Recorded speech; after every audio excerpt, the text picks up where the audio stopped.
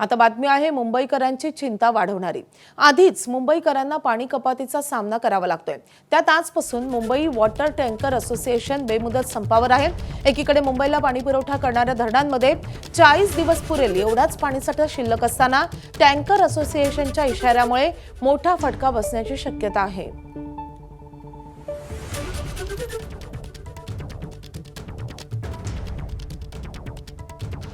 मुंबईमध्ये काल मध्यरात्रीपासूनच टँकर सेवा ही टँकर असोसिएशनने बंद केली आहे। सध्या आपण बघू शकतो अंधेरीमधल्या MIDC परिसरामध्ये आहे।